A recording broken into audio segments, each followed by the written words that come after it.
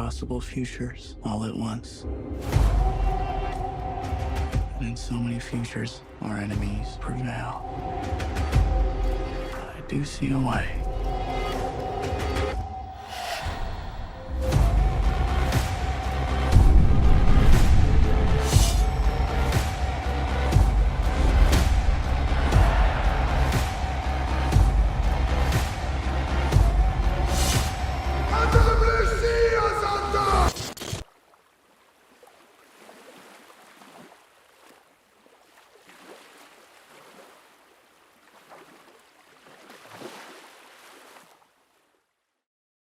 Oh, we have a special presentation. This just in, we have returned from the latest Dune 2, Part 2.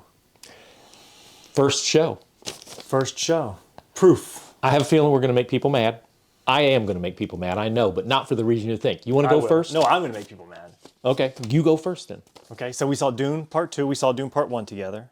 Yes. So, first impressions, Dune Part 2. What did you think? This is a ticket. You need to get this ticket, but then you need to get another ticket because you need to see it twice. I'm going to go out on a limb right here, and this is going to make a lot of people mad. I believe at this point, the Dune films and the third, you know, once it comes out, I believe it's better than Star Wars. I know that is heresy, but I'm telling you, it moved me in ways that I haven't moved since I saw Star Wars.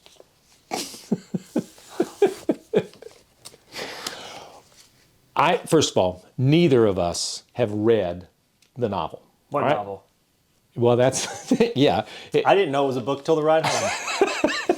Yeah. When I was in high school, everybody that ever, it was very popular, but everybody that had this novel, paperback, sticking out of the back, their back pocket, every single one of those people were nerds. And so I wouldn't read it because I didn't know which came first, whether they nerds and read the book or whether they read the book and became a nerd. Become a nerd, contagion. Hence, I've made enemies of every person that's ever read and loved. As you can say by this room, he probably did read the book. No, I didn't, but I thought the story was moving, the special effects, it's grand. It reminds me of Star Wars. It reminds me of Lawrence of Arabia, not because of the sand. It reminds me of the Lord of the Rings, Star Wars, those things. It is a wonderful, powerful story about faith and how, you know, the role of faith in life and how that makes social movements around that. I want to see it again though, because it's dense and it's deep and there's so many characters and it is a little hard to understand. When I saw the first one, I wanted subtitles. I bought it and I watched it again with the subtitles like, oh, that's what they're saying. Because in the first one, I didn't feel like I needed subtitles, but in this one, I feel like 90% of the dialogue, I couldn't understand what they said. You were pretty harsh on the drive home. You said, I think the phrase, I've seen better film on teeth. No, it insists upon itself.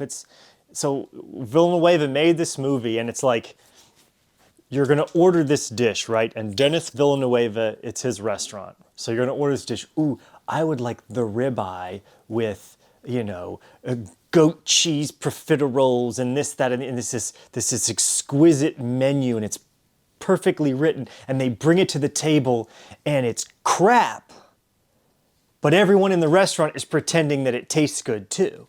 So you're looking around wondering, well, like, is the joke just on me or is everyone crazy? And that's kind of how I feel like this is going to be. People are going to like this, and I'm over here wondering, what did I miss? Right. Did I sleep for 3 hours and not know it? It's just, it's devoid of true passion for me. There's a difference, I feel like. And then we talked about Lord of the Rings dense and this is dense. They're both dense, and normally you don't like that. Normally I do like that. So this is really weird because it's the opposite that we've kind of taken. And it's always about, like, do you care about the characters and stuff? And which characters do you care about? I cared about the bad guys. They're the only people that felt flesh and blood to me. They're the only people that had, their motivations seemed real to me. And the motivations of every other character in this film is just all over the place. And I get that it's sort of supposed to be like a chess match. As far as the acting goes, though, I mean, so obviously you like the bad guys, the characters were fleshed out. Do you feel like that all of the acting was? Do you find fault in any of the actors? I like Timothy Chalamet. The King is one of my favorite movies. This, especially the last hour or so, but this film in particular makes me never want to see him in a movie again. Yeah. He's yelling at the end of this movie, like, and it's this triumphant scene, and they start the music rise, it's blah, and I'm just like, And I'm yawn. sitting there with my popcorn. Oh yeah. And I know this was, oh, and people like, yeah, woo! Are we not entertained? But I'm just like there, and normally that's the moment, no matter how bad the movie is, if it's Transformers Rise of the Beast, that scene at the end of that movie, I cried like a little girl, the movie's terrible. And that scene in this film, I felt nothing. I looked over you a couple times, and I mean, you were going to town on your popcorn, but I kind of just got the impression, oh, he's really digging this.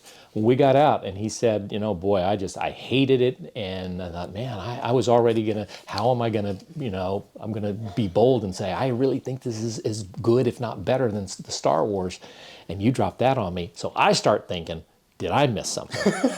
Like, whoa, what did I get, you know, did I drink the Kool-Aid here? And I did feel like that the second act of this, I'm starting to think, are we ever going to get out of the desert? And I thought, well, maybe I really do think I like the first one better.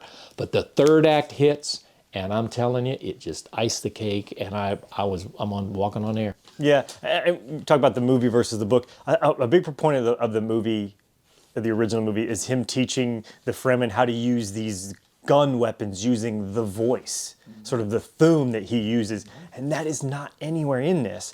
That's why in the original film you spend an hour in the desert to begin with, is him teaching these people how to become even better warriors, which is not part of this. Again, I didn't read the book, so I don't know if that's something that they created for that, but it just seemed like we spent an hour, well, probably more like 2.5 hours, spinning our wheels in the desert with close-up shots of them embracing each other in a tent at night, and then cool shots of them jumping up out of the sand to kill the Harkonnens. That's what we saw for 2.5 hours, and I just don't think the first movie's much better. I think in my brain, but I think my biggest issue with it is, why is it 3 films? Yeah. Why? Well, I think the answer to that is like Lord of the Rings. Why Lord of the Rings is 3 films? It wasn't necessary, right? Well, I think people have always argued that Dune has never been made correctly because it is so massive that how do you reduce that to 1 film? Same thing with Lord of the Rings. But I think spending any 3-hour sum of time in the same location is going to be difficult for the viewer, and they didn't even do that in Lord of the Rings. That's true. They switched up locations quite a bit in that film, and I think it just felt different. It was very boring in terms of this film for me. It felt like a lot of reused. He repackaged Blade Runner 2099 and tried to pass one off, and I don't believe it.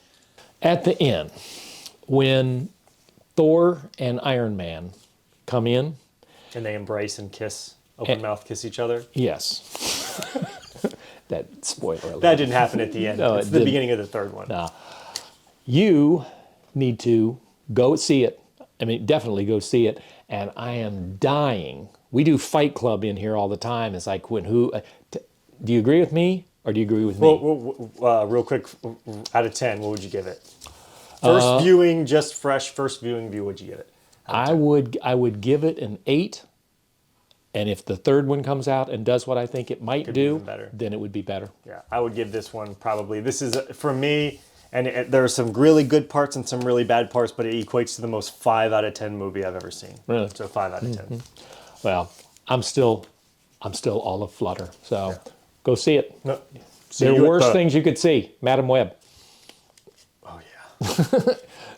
By the way, I didn't see it. but we didn't even, I mean, I'm Dr. Paul, you're, That's okay. okay. That's But I'm Diet Dr. Paul. You know who we are. Bye. This is the Desert Island Institute film we see at the movies.